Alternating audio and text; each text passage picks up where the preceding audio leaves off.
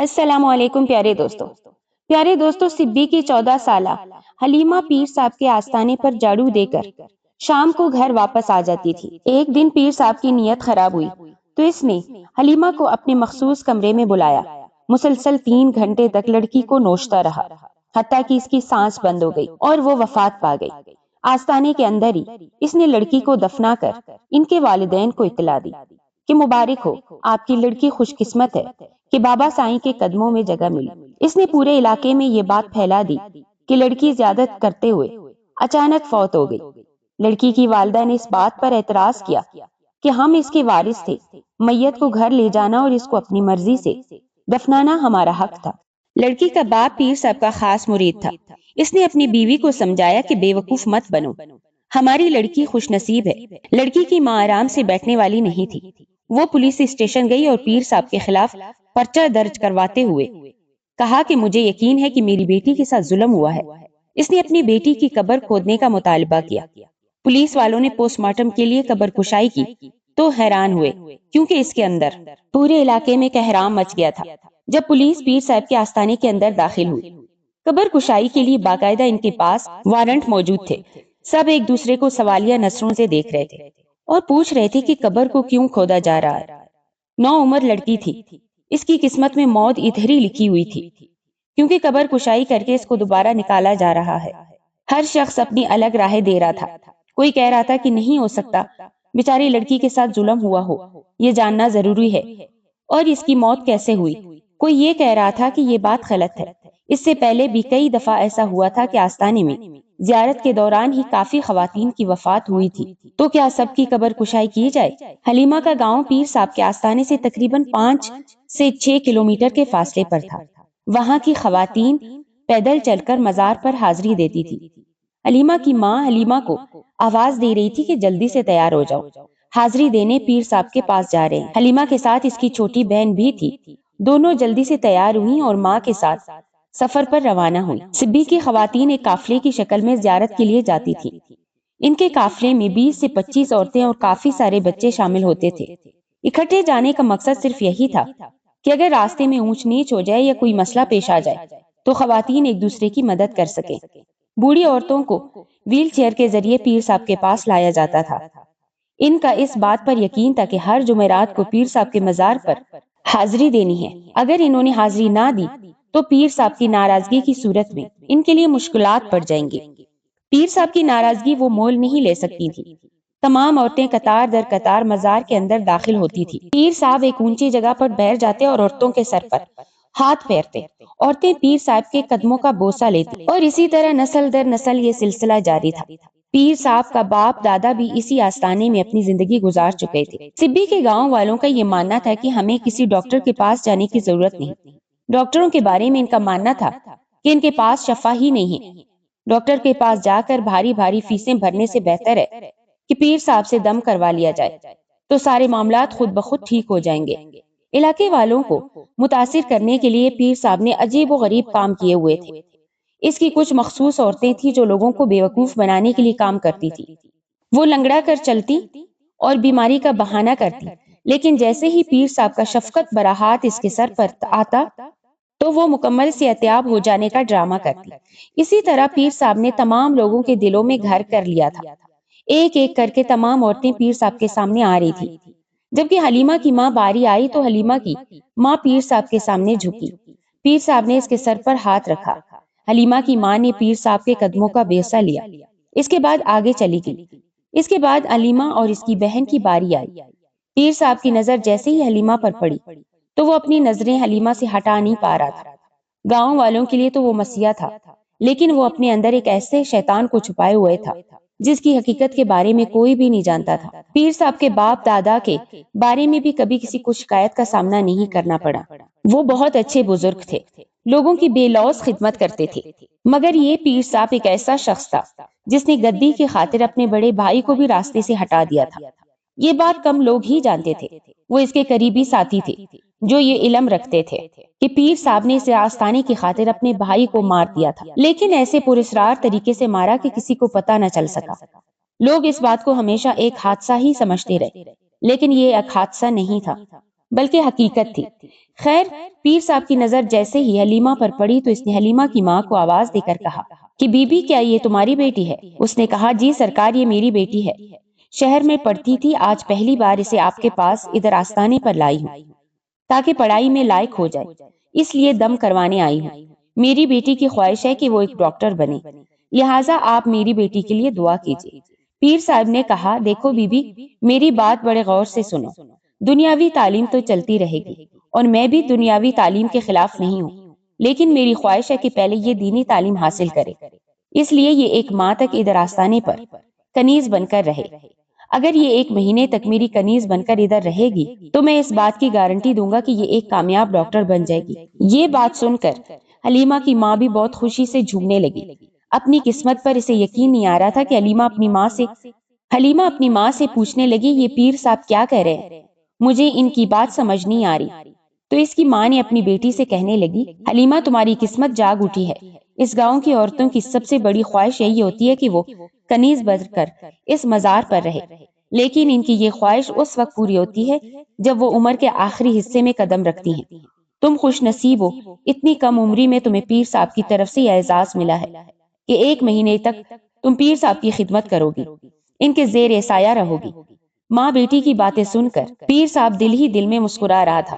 وہ اس بات پر مسکرا رہا تھا کہ گاؤں والے کبھی نہیں بدل سکتے، ہم نے ان کے دلوں پر راج کیا ہوا ہے اور آنے والی نسلوں تک یہ ہمارے غلام رہیں گے، ہمارے اشاروں پر ناچیں گے۔ اس کی ماں نے اپنی بیٹی کو وہاں چھوڑ کر واپس جانے لگی تو بیٹی اس کے پاس آئی اور کہا ماں، مجھے ڈر لگ رہا ہے، میں آپ کے ساتھ جانا چاہتی ہوں۔ مگر ماں نے اسے اپنے سے دور کیا اور کہا بیٹی ایسا نہیں کہتے، پیر صاحب نے اگر سن لیا تو وہ ناراض ہو جائیں گے اور ہم اس کی ناراضگی کیسے مول سکتے۔ حلیمہ کی بہن نے جب یہ سنا تو کہا ٹھیک ہے اماں، پھر مجھے بھی بہن کے ساتھ رہنا ہے، میری اپنی بہن کے بغیر دل نہیں لگے گا۔ لیکن ماں نے اپنی چھوٹی بیٹی کو سمجھایا کہ تم ابھی تک چھوٹی ہو، ابھی کنیز ہونے کے آداب کے بارے میں کچھ معلوم نہیں، تم میرے ساتھ گھر چلو۔ وہ اپنی چھوٹی بیٹی کو ساتھ لے کر وہاں سے روانہ ہوئی، جبکہ حلیمہ پیر صاحب کے آستانے پر ہی رہی۔ سارا دن سفر کر کے وہ تھک چکی تھی، ابھی تک کچھ نہیں کھایا تھا، اسے بھوک لگ رہی تھی، لیکن کسی سے کہے کہ مجھے کھانا دو، بس وہ انتظار میں تھی کہ اس کے چہرے سے پیر صاحب یہ پہچان جائے کہ میں بھوکی ہوں، مجھے کھانا چاہیے۔ آستانے پر سے جب مریدوں کا رش تھوڑا سا کم ہوا تو پیر صاحب نے حلیمہ کو اپنے پاس بلایا اور اسے اپنے سامنے بٹھایا، اپنے کسی مریض سے کہا کہ بچی کو کھانا دو۔ حلیمہ نے جلدی سے کھانا کھایا۔ اس کے بعد پیر صاحب گاڑی میں بٹھا کر اسے اپنے گھر لے گئے۔ یہ ایک عالیشان حویلی تھی جہاں حلیمہ سے پہلے بھی کئی کنیزیں موجود تھی۔ ان کی عمر لگ بھگ 15 سے 20 سال کے درمیان تھی اور یہ لڑکیاں مختلف علاقوں سے لائی گئی تھی۔ یہ صرف حلیمہ کی ماں نہیں تھی جو اپنی بیٹی پیر صاحب کو سونپ کر اپنے اوپر فخر کر رہی تھی، بلکہ اس طرح کی کئی عورتیں تھیں جن کی یہ خواہش تھی کہ ان کی اولادیں پیر صاحب کی خدمت کریں۔ پیر صاحب کی بیوی نے جب حلیمہ کو دیکھا تو کہا کیا نئی کنیز لائے ہیں؟ پہلے گھروں میں کنیزوں کی کمی ہے کیا جو آپ اسے لائے ہیں؟ پیر صاحب نے بیوی سے کہا کہ زیادہ بحث مت کرو، میں تم سے بہتر جانتا ہوں کہ مجھے کیا کرنا ہے اور کیا نہیں کرنا۔ بیوی نے زیادہ بحث نہیں کی۔ اس کے بعد دونوں میاں بیوی ایک کمرے میں چلے گئے۔ اس کے بعد تھوڑی ہی دیر گزری تھی کہ پیر صاحب کی بیوی نے حلیمہ کو آواز دے کر بلایا۔ حلیمہ جیسے ہی اس کے سامنے آئی تو کہا ہمارے لیے دودھ گرم کر کے لے آؤ۔ یہ پہلی دفعہ تھا کہ حلیمہ اپنے ہاتھوں سے کوئی کام کر رہی تھی، اس سے پہلے تو اس قسم کی نوبت ہی نہیں آئی تھی۔ وہ گھر میں سب سے زیادہ لاڈلی تھی، پڑھی لکھی ہونے کی وجہ سے شہر میں رہتی تھی اور اپنے ہاتھ سے کبھی کام کیا ہی نہیں تھا۔ وہ دودھ کا پتیلا لے کر کچن کے اندر داخل ہوئی۔ اس نے دودھ گرم کرنے کے لیے پتیلے کو چولہے پر رکھا۔ قد کم ہونے کی وجہ سے اسے کچھ سمجھ نہیں آ رہی تھی کہ گرم دودھ ہو چکا ہے یا نہیں۔ وہ چیک کرنے کے لیے اپنے آپ کو اوپر اٹھا رہی تھی۔ اسی کوشش میں دودھ کا گرم پتیلا نیچے فرش پر گرا اور دودھ بکھر گیا۔ دور سے پیر صاحب کی بیوی نے آواز سنی تو بھاگتی ہوئی کچن کے اندر داخل ہوئی۔ حلیمہ کو بالوں سے پکڑ کر کہا کہ جب کام کرنا آتا ہی نہیں تو یہاں کیا لینے آئی ہو؟ اس کے بعد بالوں سے پکڑ کر اسے گالوں پر 2 سے 3 تھپڑ رسید کیے اور پھر پیر صاحب کے پاس جا کر کہا کہ کیسی کنیز لائے ہو، اس سے تو کوئی کام کرنے کا ڈھنگ ہی نہیں۔ وہ کہنے لگا پریشان ہونے کی ضرورت نہیں، آہستہ آہستہ سب سیکھ جائے گی۔ حلیمہ کو سونے کے لیے کوئی بستر مہیا نہیں تھا، بلکہ باقی کنیزوں کی طرح وہ بھی فرش پر سوتی تھی۔ پیر صاحب کی بیوی کو جب بھی کوئی کام ہوتا تو وہ فوراً حلیمہ کو بلاتی اور طنزیہ انداز میں ہر وقت اسے کوستی رہتی کہ خدمت کرنا سیکھ جاؤ۔ حلیمہ پیر صاحب کی بیوی کی ٹانگیں دبا رہی تھی جب تھوڑا سا بھی پیر صاحب کی بیوی کو محسوس ہوتا کہ ہاتھوں میں جان نہیں یا ٹانگیں ٹھیک سے نہیں دبائی رہی تو ٹانگ سے اسے نیچے گرا کر کہتی کہ ہاتھوں میں دم نہیں ہے کیا۔ اسی طرح اب علیمہ کافی حد تک سمجھ چکی تھی کہ اس کی ماں نے اس کے ساتھ ٹھیک نہیں کیا۔ کیا یہ وہی لوگ ہیں جن کو لوگ اپنا مسیحا مانتے ہیں، دل سے ان کی عزت اور احترام کرتے ہیں، جبکہ ان کے اندر تو انسانیت تک نہیں؟ وہ دل ہی دل میں سوچ رہی تھی کہ پیر صاحب اس کی بیوی کی شکایت کرے گا، وہ اس سے بہت مارتی ہے، مگر شاید وہ نہیں جانتی تھی کہ پیر صاحب بھی بیوی سے زیادہ ظالم ہے۔ پیر صاحب اپنے کمرے میں اکیلا تھا اور اس نے علیمہ کو آواز دی۔ حلیمہ اس کے سامنے آ کر بیٹھ گئی۔ پیر صاحب نے اپنی ٹانگیں پھیلا دی اور علیمہ سے کہا کہ میری ٹانگوں میں شدید درد ہے۔ بیچاری حلیمہ ٹانگیں دبانے لگی۔ اچانک ایک گرجدار آواز آئی کہ تم کوئی بھی کام ڈھنگ سے نہیں کر سکتی؟ لگتا ہے ماں باپ نے تمہیں سر پر چڑھا رکھا ہے۔ اگلے 2 یا 3 دن میں سب کچھ سیکھ جاؤ، تم نے بڑے لمبے عرصے تک یہاں رہنا ہے اور ہماری خدمت کرنی ہے۔ حلیمہ پیر صاحب سے کہنے لگی کہ پیر صاحب آپ نے تو کہا تھا کہ 1 ماہ تک میں نے یہاں رہنا ہے، آپ لوگوں کی خدمت کرنی ہے، اس کے بعد تو میرے ایگزام بھی ہونے والے ہیں۔ پیر صاحب نے کہکا بلند کیا اور کہا کہ اب تعلیم کو بھول جاؤ، تم کبھی بھی شہر میں نہیں جا سکتی۔ ہمارے در پر جو ایک دفعہ آ گیا پھر ہمارا ہی رہ کر ہو جاتا ہے، وہ واپس نہیں جا سکتا۔ پیر صاحب کی آنکھوں میں بے حد ہوس تھی۔ علیمہ بیچاری خوف سے کانپنے لگی۔ پیر صاحب اس کے ساتھ دست درازی کر رہے تھے، اس کے مختلف اعضاء کو ہاتھ لگانے کی کوشش کر رہے تھے، جبکہ علیمہ پیر صاحب کے ہاتھ کو روک رہی تھی، جس پر پیر صاحب کو غصہ آیا۔ اس نے بھی ایک تھپڑ مارتے ہوئے علیمہ کو سمجھایا کہ اب تم میری پراپرٹی ہو، کیا کبھی غلام بھی مالک کو روک سکتا ہے؟ اب میں جا رہا ہوں، رات کے 1 بجے میرے کمرے میں آ جانا۔ یہ کہہ کر پیر صاحب گھر سے آستانے کی طرف روانہ ہوا، جبکہ حلیمہ اب جان چکی تھی کہ وہ ایک دلدل میں پھنس چکی ہے۔ اس حویلی کی اونچی اونچی دیواریں اس کی طرف غور سے دیکھتی تھی۔ وہ سوچ رہی تھی کہ کاش اس کے پر ہوتے اور وہ ان دیواروں کو اڑ کر پار کر سکتی، لیکن ایسا ممکن نہیں تھا۔ باقی لڑکیاں اس کے پاس آئی اور کہا تم یہاں کیسے پھنس گئی ہو؟ شکل سے تو پڑھی لکھی معلوم ہوتی ہو۔ چلو ہم تو کبھی اسکول گئے ہی نہیں تھے، لیکن تم تو شہر میں پڑھتی رہی ہو، تمہیں نہیں معلوم تھا کہ یہ ایک ایسی قید ہے جس سے رہائی بالکل بھی ممکن نہیں۔ علیمہ کہہ رہی تھی کہ میری ماں کہتی تھی کہ پیر صاحب ایک اچھے انسان ہیں، ان کی خدمت کر کے انسان ترقی کے منازل طے کرتا ہے۔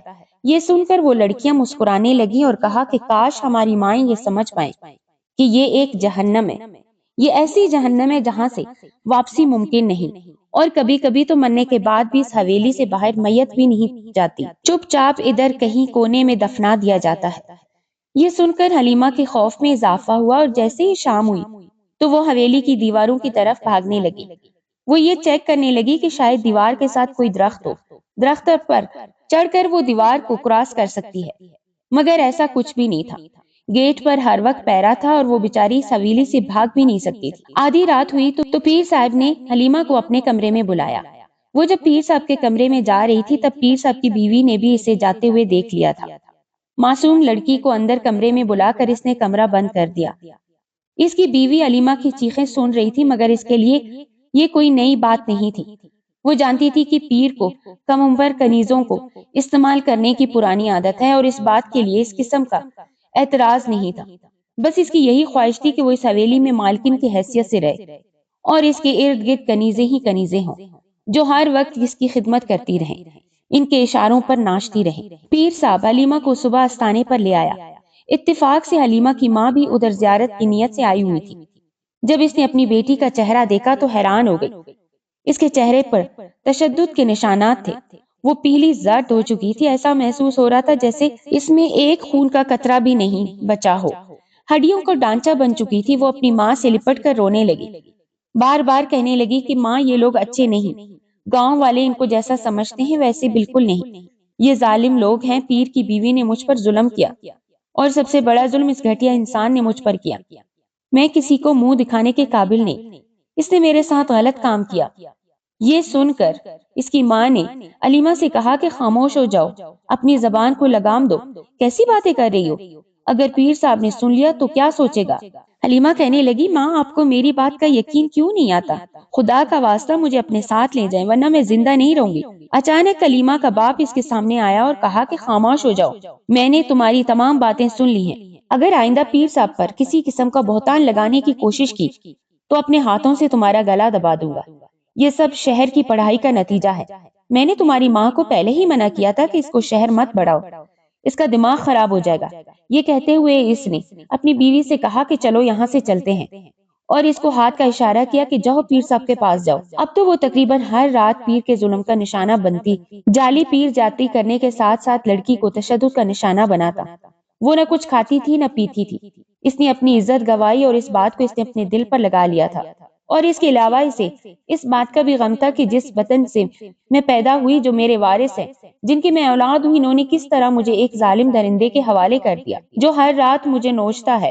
اگلی رات پیر صاحب نے اسے آواز دی، لیکن حلیمہ اپنی جگہ بیٹھی رہی۔ اسے غصہ آیا، وہ حلیمہ کے سامنے آیا، بالوں سے پکڑ کر اسے اپنی جگہ سے اٹھانا چاہا تو پتہ چلا کہ اس کی روح پرواز کر چکی تھی۔ وہ اس ظالم جعلی پیر کا ظلم سہتے سہتے اس دنیا سے چل بسی تھی۔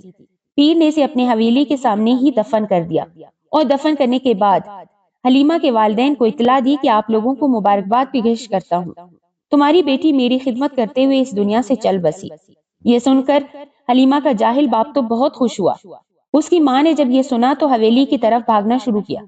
اس کے پیروں میں جوتی نہیں تھی، ہر لمحہ اس کے سامنے اپنی بیٹی کا وہ چہرہ آ رہا تھا جس میں اس کی آنکھیں باہر کو نکلی ہوئی تھی، اس کا پیلا چہرہ جس پر خون نہیں تھا سامنے آ رہا تھا۔ اپنی بیٹی کی قبر کے ساتھ لپٹ گئی اور کہنے لگی، حلیمہ مجھے معاف کر دو، اپنی اس ماں کو معاف کر دو۔ وہ سبی کے تھانے دار کے پاس گئی اور کہا، میری بیٹی کے ساتھ ظلم ہوا ہے اور ظلم کرنے والا اس علاقے کا پیر ہے، میں آپ لوگوں سے انصاف مانگنے آئی ہوں۔ تھانے دار نے کہا کہ اس لڑکی کی قدرتی موت ہوئی ہے، پیر صاحب سے میری اس سلسلے میں بات ہوئی تھی، اس لڑکی کو تیز بخار ہوا تھا اور اس کی وجہ سے اس کی جان چلی گئی، لیکن اس کی ماں رو رو کر کہنے لگی کہ نہیں، وہ اس ظالم پیر کے ظلم کی وجہ سے زندگی کی بازی ہار گئی۔ تھانے دار اس پیر کا تھا، اسے غصہ آیا اور اس نے دھکے دے کر اس کی ماں کو تھانے سے باہر نکالا۔ حلیمہ کی ماں گھر پر بیٹھنے والی نہیں، وہ بس پر سوار ہوئی اور شہر روانہ ہوئی۔ ڈی سی او ہاؤس کے سامنے جا کر بیٹھ گئی۔ سیکیورٹی گارڈ اسے وہاں سے روانہ کرتا لیکن دوبارہ آ کر بیٹھ جاتی۔ ڈی سی صاحب جب گیٹ سے باہر جانے لگے تو اس نے دیکھا کہ ایک خاتون سامنے بیٹھی ہے۔ وہ گاڑی سے نیچے اترا اور اس سے پوچھا کہ بی بی کیا بات ہے۔ اس نے سارا واقعہ بیان کیا، اس کی بیٹی کے ساتھ زیادتی ہوئی، ظلم ہوا، اگر آپ کو یقین نہیں آتا تو قبر کشائی کر کے میری بیٹی کی موت کی وجہ جان لے۔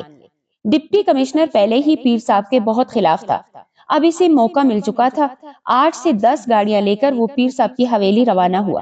پوسٹ مارٹم رپورٹ کے لیے قبر کشائی کی گئی اور حلیمہ کی لاش کو نکالا گیا۔ پورے علاقے کے لوگوں نے دیکھا کہ بچی کے چہرے پر زخم کے نشان تھے۔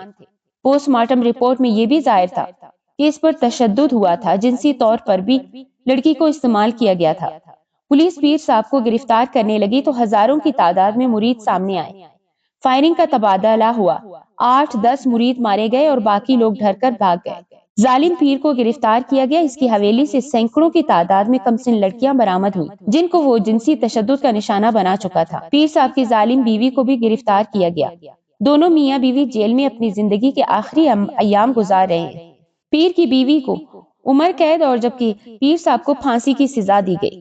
حویلی کی لڑکیوں کے بیانات ریکارڈ کیے گئے جنہوں نے اس بات کی تصدیق کی کہ یہ پیر ایک ظالم درندہ ہے، اور اس جعلی پیر سے زیادہ ہمارے والدین بھی ظالم تھے جنہوں نے اس حیوان کے پلے ہمیں باندھ دیا۔